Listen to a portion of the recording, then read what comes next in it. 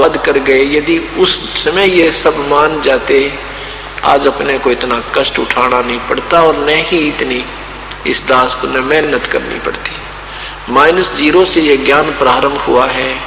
आपको भक्ति की ABC का भी ज्ञान नहीं था, ये सत्य मान लेना। क का भी ज्ञान नहीं था ऋषियों और मैं ऋषियों को, और जितने भी आज तक ये संत लाखों और करोड़ों जीवों को उलझाए बैठे हैं, इनको भक्ति मार्ग का अध्यात्म ज्ञान क का भी ज्ञान नहीं है। केवल परम पिता आए थे, या उस महापुरुष के संपर्क में सीधे आए, परमात्मा के दर्शन करवाए, अपना स्वरूप वास्तविक सतलोक दिखाया, या उन संतों ने भी वही अनमोल वचन कहे, लेकिन वो कहने वाले गिने चुने थे और ये उल्टा ज्ञान प्रचार करने वाले लाखों करोड़ों और अरबों थे। क्योंकि एक तो गुरु जी जो ज्ञान पढ़ा रहा वो शिष्य, उनके जितने भी शिष्य थे वो अभी फिर उल्टी पढ़ाई आगे पढ़ा रहे थे। वही जो गुरु जी से उन्होंने अधूरा सधूरा ज्ञान लिया था वो सारे समाज में वो फैला रखा था। आज वही ज्ञान आपके समक्ष है, सब सदग्रंथ गवाही दे रहे हैं। और 600 वर्ष पहले परमात्मा ने वाणी गई थी, कही थी, आज वो प्रमाण आपके समक्ष है। आज सुबह के सत्संग के अंदर आपने सृष्टि रचना सुनी। वो सृष्टि रचना आपको परमात्मा की वाणी के आधार पर सुनाई गई थी। अनजान व्यक्ति जो इस ज्ञान से परिचित नहीं हुए हैं, वो ये सोचेंगे कि ये तो जैसे मन गढ़ंत सी कहानी लग रही है, क्योंकि हमने कभी सुनी नहीं, हमने कभी सुना नहीं ये ज्ञान, इसलिए ये दंत कथा, मौखिक कथा अगर सुनाते हैं तो दंत कथा नजर आती है। अब ये सारे ग्रंथ सग्रंथ प्रमाण देंगे आपके समक्ष कि सचमुच परमात्मा ने जो शब्द अपने मुख कम से अमृत वचन निकाले थे वो सब सत्य थे, आज भी सत्य हैं, आगे भी सत्य रहेंगे। वेद हमारा भेद है, मैं मिलूं वेद से नाही, जौन वेद से मैं मिलूं वो वेद जानते नहीं। परमात्मा कहते थे ये वेद तो मेरी ही महिमा गा रहे हैं, कबीर साहब की महिमा गा रहे हैं, लेकिन मैं वेदों में वर्णित विधि से मेरी प्राप्ति नहीं हो सकती, क्योंकि इसमें केवल एक ओम नाम है। ओम नाम का जाप केवल ब्रह्म तक का है। पूर्ण ब्रह्म के पाने के लिए 3 मंत्र का जाप है, ओम तत् सत। ओम ब्रह्म का जाप है, तत् और सत ये गुप्त है, ये सांकेतिक है। ये परब्रह्म और पूर्ण ब्रह्म के जाप हैं, ये केवल उपदेशी को ही बताए जाते हैं।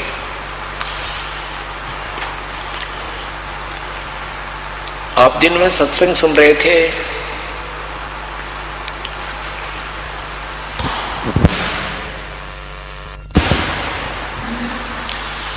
तीन पुत्र अष्टंगी जाए, ब्रह्मा विष्णु शिव नाम धराए। अष्टंगी दुर्गा ने 3 पुत्रों को जन्म दिया। मां अष्टंगी पिता निरंजन, ये दम जारुण वंशन अंजन। पहले कीन निरंजन राई, पीछे से माया उपजाई। माया रूप देख अति शोभा, देव निरंजन तन मन लोभा।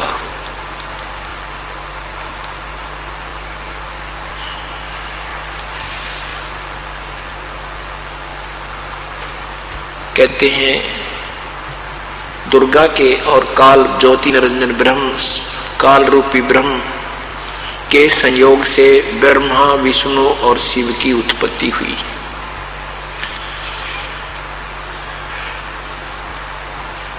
जब ये तीनों पुत्रों का जन्म हो चुका, ज्योति निरंजन अंतर ध्यान हो गया। कहा कि मैं आज के बाद किसी को दर्शन नहीं दूंगा। अपनी पत्नी दुर्गा को कहा कि जब ये बच्चे जवान हो जाएं, तब जब ये थोड़े से जानने योग्य हो जाए तो इसको कोमा में कर देना, इनको बेहोश कर देना, परवरिश जारी रखना, और जब ये बड़े हो जाएं जवान, फिर इनको चेत कर देना, इनको होश मिला देना, इनकी ड्यूटी बांट देना। रजगुण ब्रह्मा उत्पत्ति की, सद्गुण विष्णु स्थिति की, तमगुण शिव जी संहार की। अब परमात्मा के बताए अनुसार आपको फिर आगे ये सृष्टि रचना कुछ और सुनाते हैं जो शेष रह गई थी।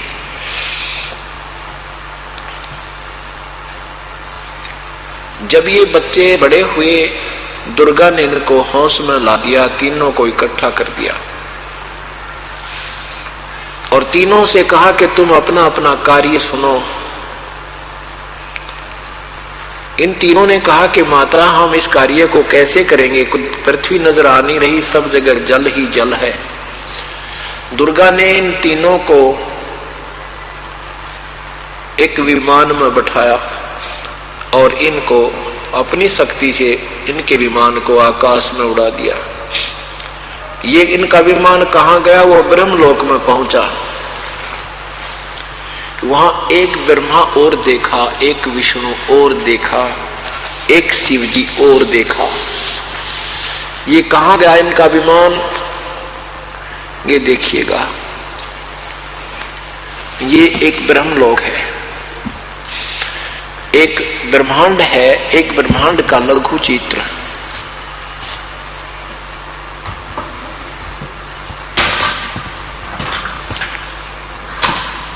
इसमें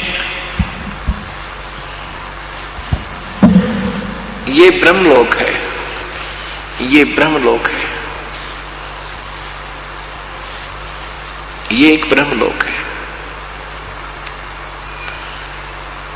ये कहा इनका विमान पहले यहां पहुंचा। अब इसको इधर लेते हैं, ये थोड़ा विस्तृत बनाया है, एक ब्रह्मांड का लघु चित्र। इनका विमान यहां पहुंचा, पहले ही समुद्र में इनको यहां अलग रखा। बहुत लंबा चौड़ा समुद्र है ये सारा पानी ही पानी है। इसको यहां इनको लीला अलग से कर रखी थी। इनको बहुत लंबा चौड़ा क्षेत्र है, ये बहुत लंबा चौड़ा। तो इसके बाद इनका विमान यहां आया, यहां एक इंद्र देखा, महा इंद्र देखा। इसके बाद इससे आगे नहीं जाने दिया इनको वापस ही फिर विमान यहां निकाल लाए।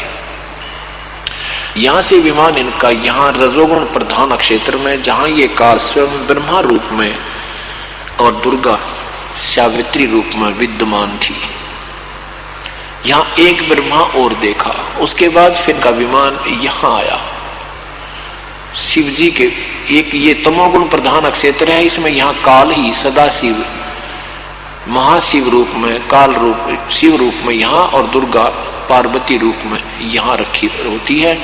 इन दोनों के संयोग से जो पुत्र उत्पन्न होता है वो तमोगुण हो जाता है, उसका नाम शिव रख देते हैं। यहां जब ये होते हैं दोनों, काल और ये दुर्गा, इन दोनों के संयोग से रजोगुण प्रधान क्षेत्र में जो पुत्र उत्पन्न होता है वो रजोगुण युक्त हो जाता है, उसका नाम ब्रह्मा रख देते हैं। यहां जब ये एक सतोगुण प्रधान क्षेत्र है, इस क्षेत्र में ये दोनों होते हैं, ये काल महाविष्णु रूप में, दुर्गा महालक्ष्मी रूप में। इन दोनों के संयोग से जो पुत्र उत्पन्न होता है वो सतोगुण प्रधान हो जाता है। इनका विमान पहले यहां पहुंचा, यहां एक ब्रह्मा और देखा, फिर यहां पहुंचा एक शिव जी और देखा, फिर यहां पहुंचा एक विष्णु और देखा।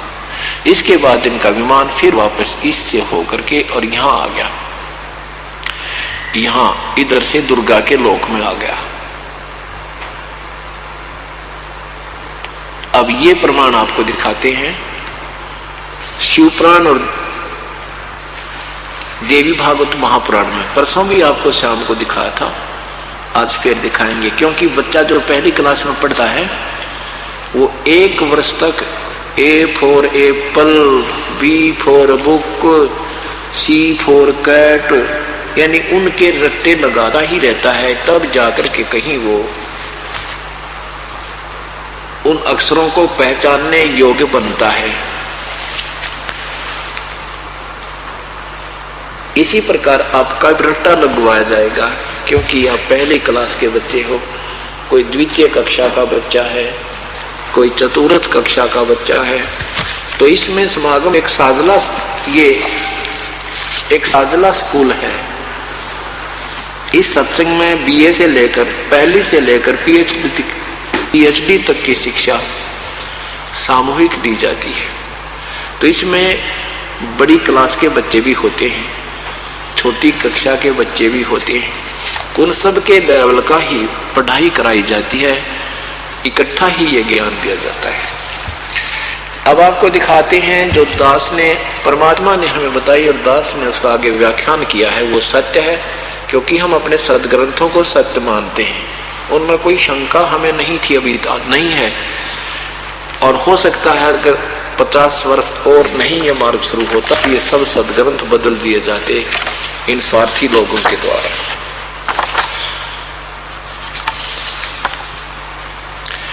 अब आपको दिखाते हैं शिव महापुराण, और जिसमें इस काल से और दुर्गा से ब्रह्मा विष्णु और शिव दोनों की तीनों की उत्पत्ति हुई। शिव महापुराण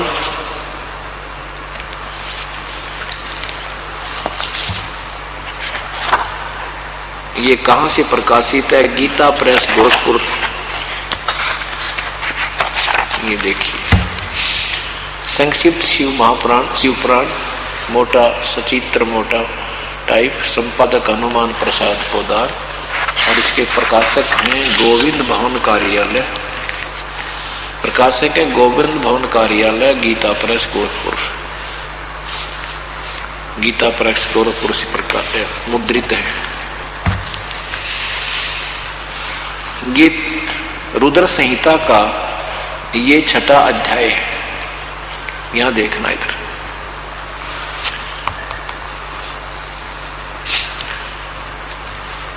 जिस परब्रह्म के विषय में ज्ञान और अज्ञान से पूर्ण, ज्ञान और अज्ञान से पूर्ण, यानी कोई ज्ञान अज्ञान जैसा जिसमें ज्ञान है, उक्तियों द्वारा इस प्रकार विकल्प किए जाते हैं।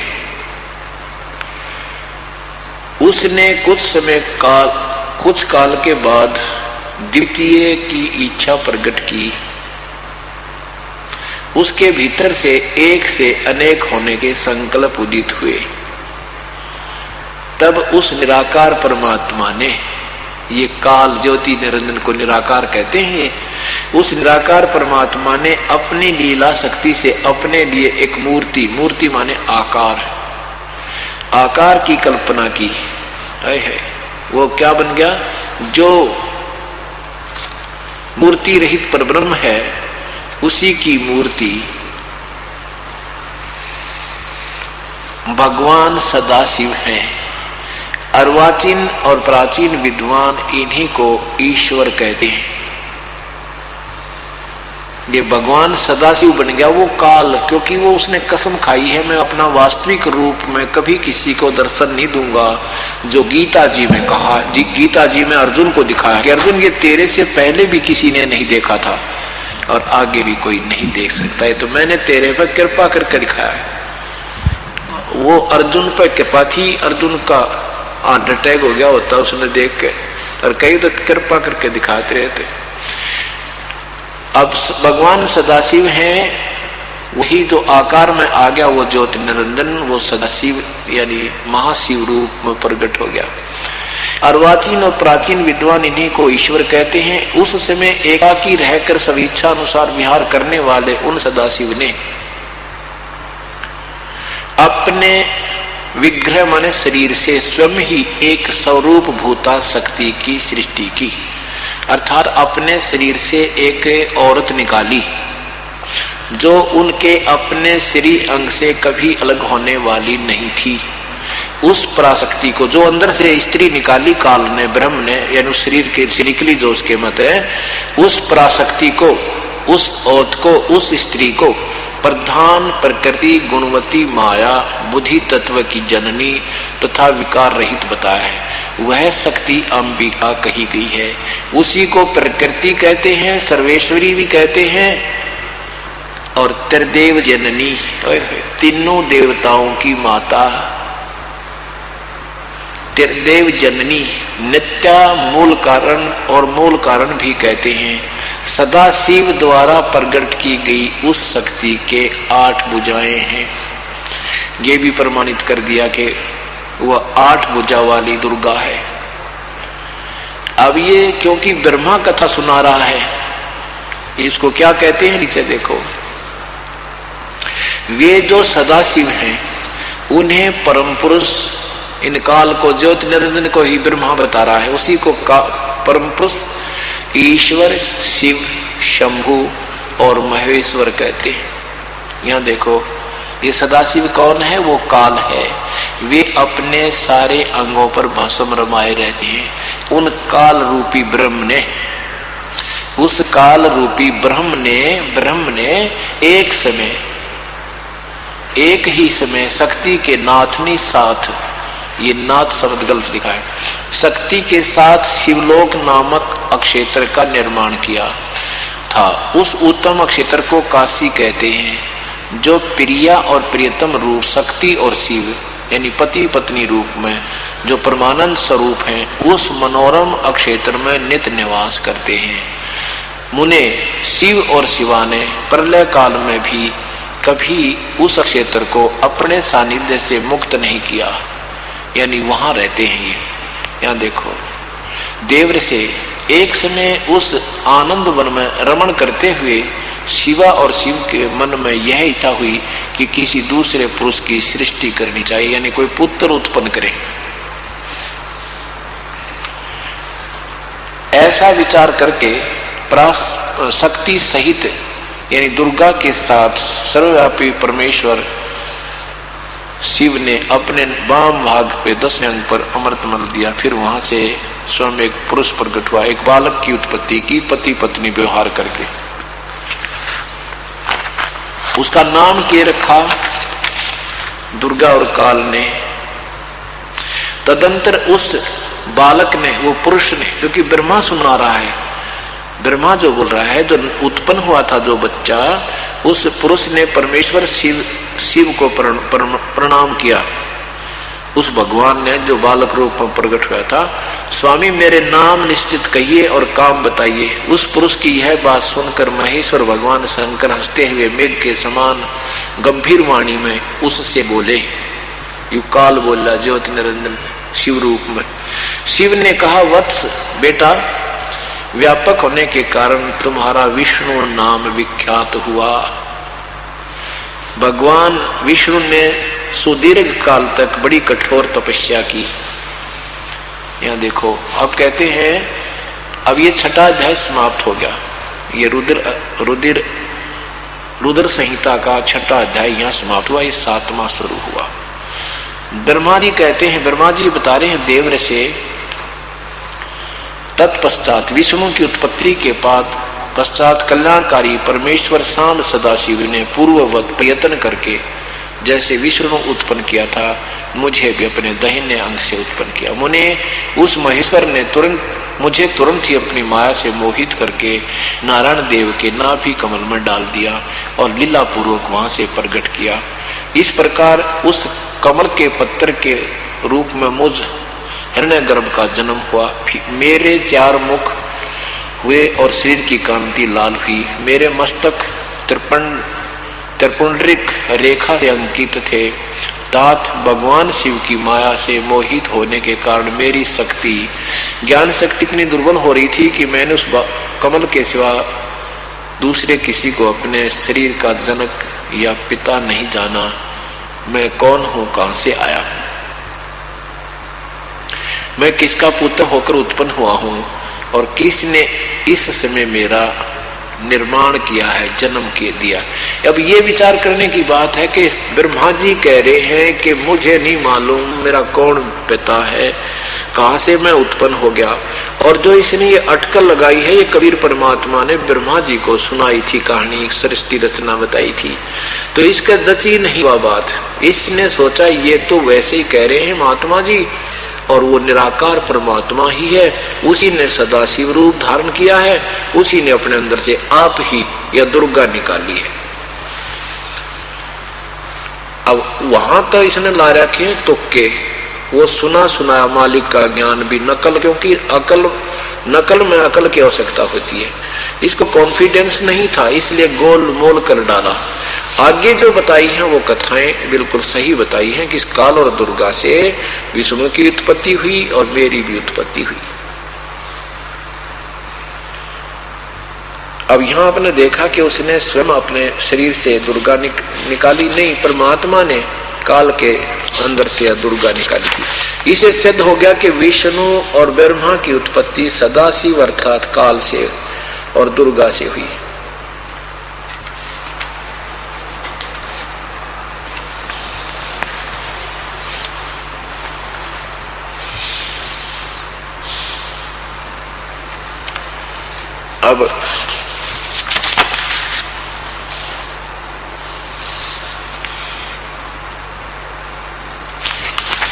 अब यहां पर ये लेखक असमंजस में गिर गया कि भाई शिव से शिव की उत्पत्ति कैसे लिखूं, लेकिन सच्चाई फिर छुपी नहीं। इसमें वैसे काफी निर्णय है, पर इतना समय नहीं यहाँ इसको बताने का। बहुत अच्छी तरह तीसरे भगवान की, शंकर की उत्पत्ति भी लिखी है उसमें, चौथे भगवान से। लेकिन ये सिंपल सा बताता हूँ, साधारण सा संकेत ही ज्यादा होता समझदार को। 110 पृष्ठ पर ये 9वां अध्याय है, रुद्र संहिता का 9वां अध्याय। यहाँ क्या लिखा है कि इस प्रकार ब्रह्मा विष्णु और रुद्र मने ये शिव जी काल का बेटा, रजोगुण पर तमोगुण। इस प्रकार ब्रह्मा विष्णु तथा रुद्र इन तीनों देवताओं में गुण है, परंतु वो शिव, वो काल, शिव रूपी काल रूपी ब्रह्म गुणातीत माने गए। यहाँ 4 हो गए, 4 ब्रह्मा विष्णु और ये रुद्र शिव शंकर, और इन तीनों में तो गुण है, रजगुण ब्रह्मा, सतगुण विष्णु, तम गुण शिव जी, लेकिन शिव गुणातीत माने गए। गुण वो भगवान शिव इनसे न्यारा है, यानी चौथा है। ये प्रमाण दिया शिव महापुराण ने। अब देवी भागवत महापुराण आपको दिखाते हैं।